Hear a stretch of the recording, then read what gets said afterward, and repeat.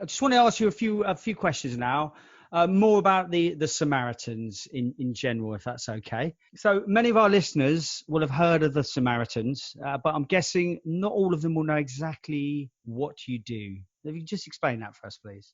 In a nutshell, I mean, we give support to those people who are experiencing distress and despair in their lives. So people who are going through a hard time, and perhaps those people haven't got anyone they can talk to, or maybe the people that they really want to talk to, they don't know how to talk to, or they've got situations they don't know how to cope with, and they can call us and we listen. And that's why we're there. And what would you say the charity's vision and purpose is? Again, the vision's pretty simple. It's had this for a long, long time, right from its inception. Our vision is that fewer people will die from suicide, which is a subject that for many people feels like a taboo. People don't really want to talk about that.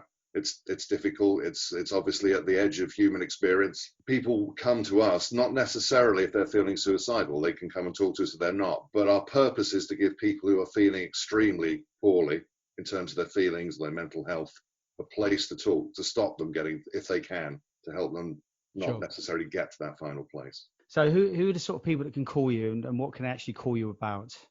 Anyone can call us. So long as you're prepared to talk about your feelings, anyone can call us, and you can call us on any topic. People call us about problems with their relationships. They call us about problems with debt, substance abuse, just mental health, physical health. The list is quite long. It doesn't have to be a serious issue, as in it doesn't have to be something that feels earth-shattering. So you do not have to be suicidal to call us. You can just have something you want to talk through. So it's a very wide net that gets cast. What's the actual history of the charity? How did the Samaritans come into being? Well, it started in 1953. It was started by a Church of England clergyman. His name was Chad Vara. I think that the story of how he came up with the idea is worth thinking about. He was in his first ministry as a priest. He presided at the funeral of a 14-year-old girl who'd killed herself, taken her life. And this was I think this was years before that, maybe even in the 1930s.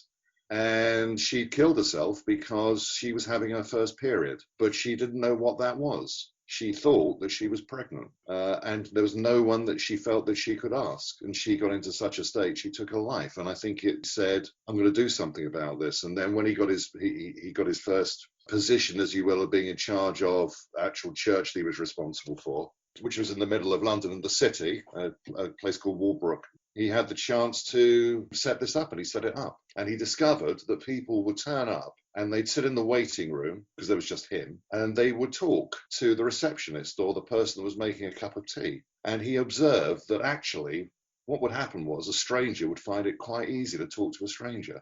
And it was like a light bulb moment. And after that, he said, you know what, we just have to find people that are prepared to listen to other people. And the fact they don't know them is actually going to make it easier. And he was right.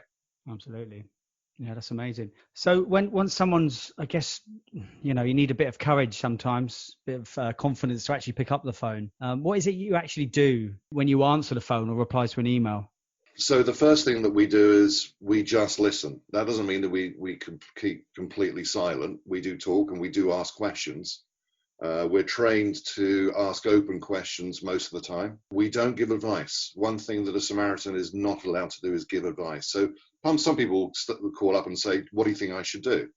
And we find ways of telling them gently, I'm not going to tell you that. Because there's no way that I can know what's right for you, because I don't live your life and I don't know the circumstances. So even if I recognize your problem or your issue, I may even lived it, it doesn't mean I know the right answer for you, because you do have a unique life. Sure. So we don't give advice to people, and we don't judge them. We don't sort of recoil from what they tell us. Some people tell us some stuff which frankly is out there. It's quite surprising, but we take the view that let people speak freely. By speaking freely, they come to terms with what their situation is. And every conversation is confidential. So if you phone up someone, it doesn't get recorded. I can't see your phone number. I don't know your name. You'll probably never speak to me again. I can't call you back. We just talk. And we listen and let the other person go through their situation. That's an eye opener to me. So I didn't know that stuff. I didn't know about you didn't give advice. It's more, it's a conversation. So yeah, that's a big eye opener for me, that one. How big is the charity? And in terms of branches and volunteers, how many are there in total? It's big. It covers all of the UK and Southern Ireland, so England, Scotland, Wales, Northern Ireland, and Éire. There are 201 branches.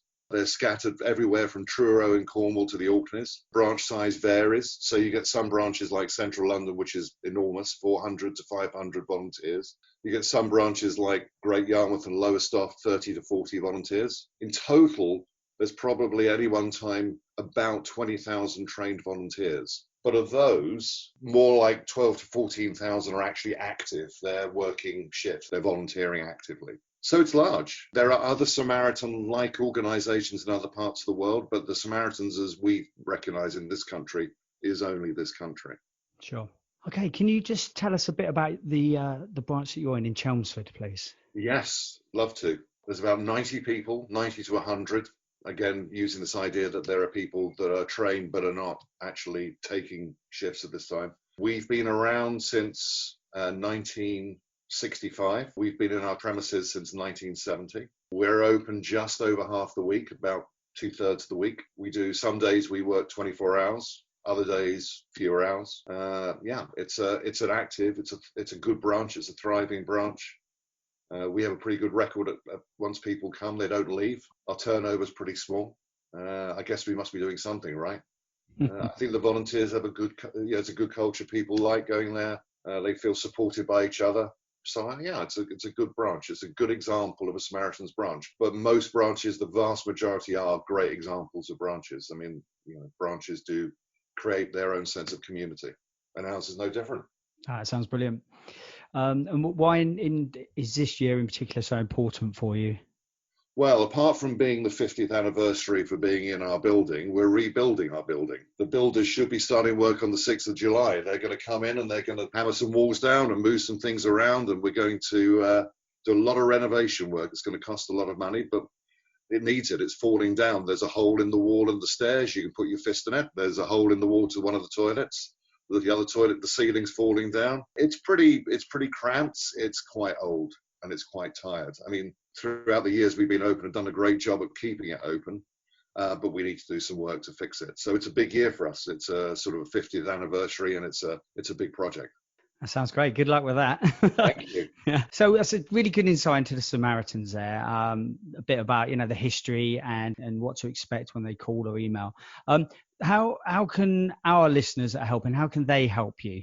There's a couple of ways. I mean, if there are people listening who live in the Chelmsford area, they may feel that it's something they might want to find out more about, volunteering. And you don't have to be a Samaritan volunteer. You don't have to take calls.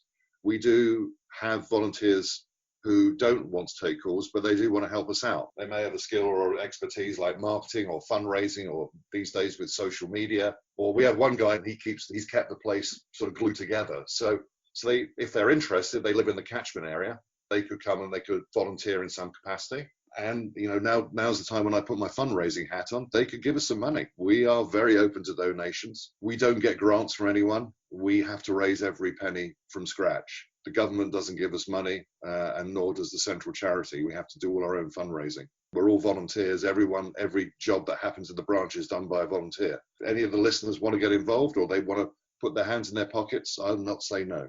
Absolutely. We'll put the information you need to get in touch, to donate, in the chat room. We'll put it on Facebook as well. It will go on Twitter and Instagram. So plenty of opportunities for you to see that and to help out with the Samaritans. So get involved where you can, please, guys. Finally, the last thing is, how can people contact you? There's a number of ways they can contact us. The Samaritans operate a variety of sort of services in terms of people can call us, they can phone us, people can send us emails, they can come and visit us. A number of branches take face-to-face callers. So you can actually walk off the street, knock on the door, and if the branch is open, they'll talk to you. Obviously, right now with the coronavirus, that isn't happening for reasons of social distancing, but in normal times it does. They can even write a letter, old-fashioned as it sounds. You can send a letter and it goes to, I think it's Stirling in Scotland for some weird reason. And then it gets sent out to volunteers all over the country who reply. They'll write you a handwritten letter. It's great. I think that's fantastic.